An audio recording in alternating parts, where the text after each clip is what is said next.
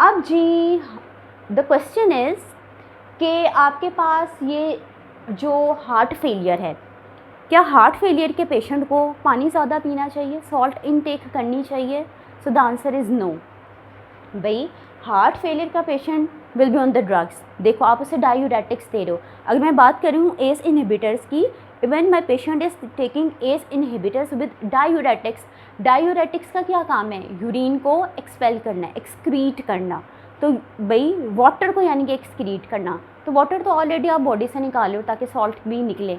तो भाई heart failure के पेशेंट में यू विल नेवर टेक जी एक्सेसिव अमाउंट ऑफ वाटर और द सोडियम।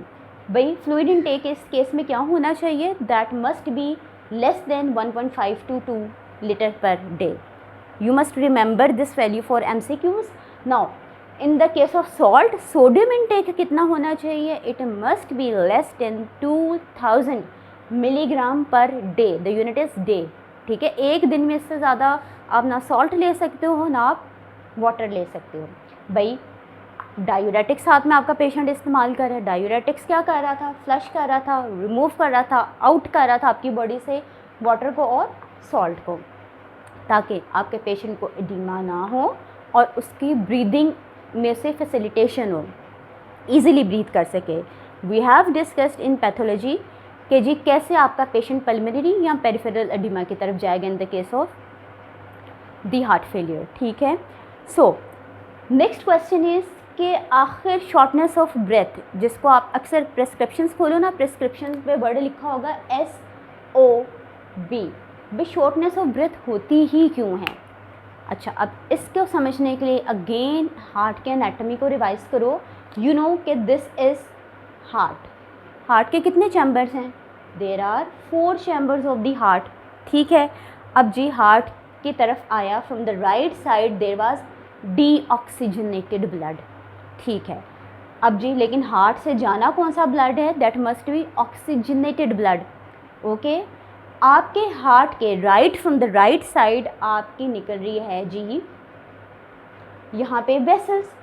ठीक है, वेसल्स निकल रही हैं। पल्मोनरी आर्टरी, पल्मोनरी आर्टरी क्या करी है? डीऑक्सीजनेटेड ब्लड लेके जा रही है टूवर्ड्स दी लंग्स, और लंग्स से ऑक्सीजनेटेड ब्लड लेकर आ रही है by the pulmonary vein into the right side of the heart. ठीक है, फिर left ventricle into the left side of the heart, left side पे लेकर आ रही है। ठीक है, ऑक्सीजनेटेड ब्लड। सो अब लेफ्ट साइड से क्या होगा? ऑक्सीजनेटेड ब्लड निकलेगा। ओके जी, यहाँ तक वी हैव डिस्कस्ड दिस। अब हुआ क्या बच्चों? शॉर्टनेस ऑफ ब्रेथ क्यों होती है?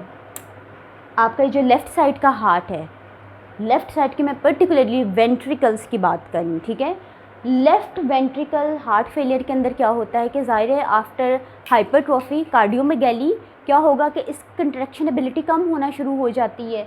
सो भी लेफ़्ट वेंट्रिकल अब भी ज़्यादा ब्लड को पंप नहीं कर रहा, क्योंकि अब इसके अंदर मॉर्फोलॉजिकल चेंजेस आ गई हैं।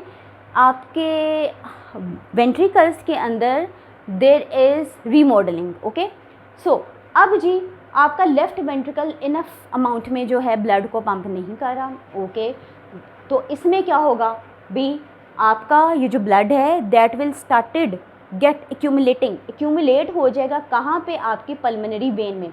यहाँ पे पल्मोनरी वेन में एक्यूमुलेट कर गया। पल्मोनरी वेन काम क्या कर रही थी? लंग्स से ऑक्सीजनेटेड ब्लड को लेकर आ रही थी। अब यहाँ पे देखो कंजेशन हो गई ना। अब यहाँ पे क्योंकि स्टकिंग होगी, कंजेशन होगी, इसकी वजह से there will be the shortness of breath, there will be coughing. ठीक है, अब जी अब कफिंग होगी तो this is actually the what, this is shortness of breath, यहाँ कह दो डिस्पनिया हो गया। This is this is a sign of heart failure.